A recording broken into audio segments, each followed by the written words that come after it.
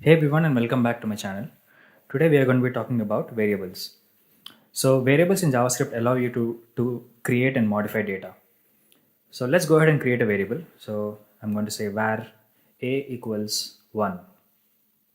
So this way I'm telling JavaScript to create a variable that I'm going to refer by the name a and give it a value 1.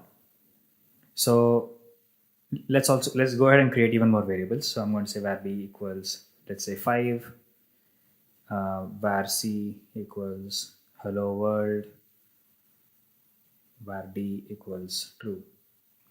So what I did was I went ahead and created three more variables, and they are of different types. So a and b are integers, c is a string, and d is a boolean variable. You can hold different kinds of values within a variable. So one other thing that we should know is that when I say var e equals 5, two things are going on here. It is creating a variable by the name e, and it is giving it a value 5. In JavaScript, this can also be written in another way, var e. So this will create a variable with the name e, and initially its value is going to be undefined because you haven't assigned any value to it. And in the next step, you can give it a value, let's say 5.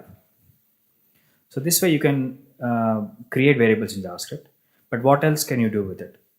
Let us say you want to add two numbers.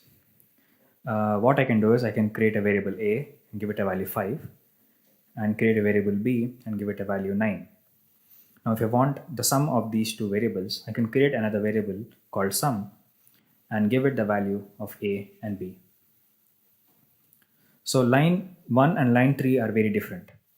In line 1, I'm creating a variable a, and a is on the left hand side, and the value on the right hand side, which is 5, is assigned to a.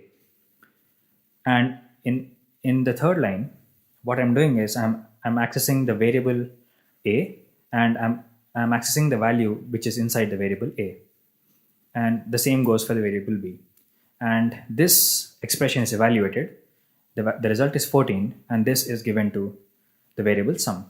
So if you want to see the output, you can use the console.log function to check the output on the screen.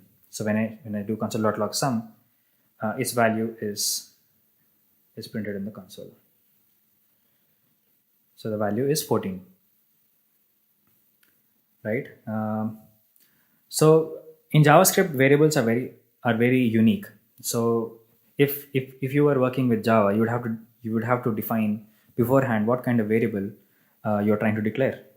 So as I showed you earlier, I used the same line to create different kinds of variables. So I did var equals 1 and var c equals hello world and so on. But these are two very different data types. The first one is a number, and the second one is a string. But there is no declaration. But in Java, you would generally do int c equals int a equals 1 or so on. So that so the variable that is created is of type integer. In JavaScript, there is no such thing. JavaScript is dynamically typed. So you can create variables with different types using the same notation, using the same syntax. And also, for the better or for the worse, you can also reassign a variable to a different type. So now if I try to log C, I should get hello world, hello strings printed to the console.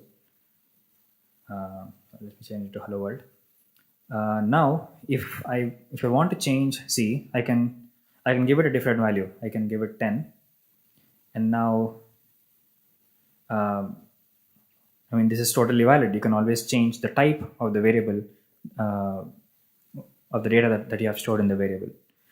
This can lead to unforeseen errors, because generally you wouldn't declare variables using the alphabet like A, B, C, and so on. You generally give it meaningful names. So when sometimes if you created a variable saying var name equals Bhargav, and at some point down the lane, if you did name equals 5, then semantically the program is wrong. Syntactically it is correct, but meaningfully it's wrong. So generally, I would suggest to avoid doing such a reassignment of data type, but it's definitely possible. Variables in JavaScript are also capable of being assigned objects. So I could create a variable, say person, and instead of primitive values like integers or strings, I can also assign compound values like objects. So I can create an object like this, and let us say I want to create a person of name Bhargav and age 26.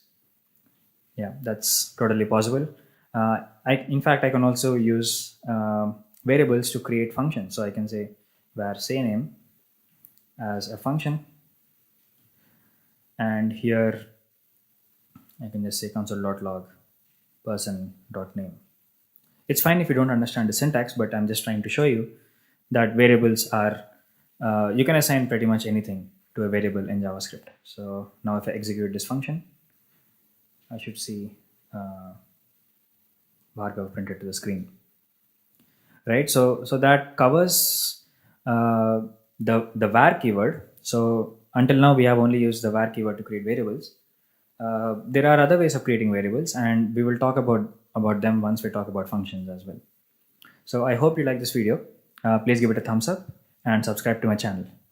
Thank you.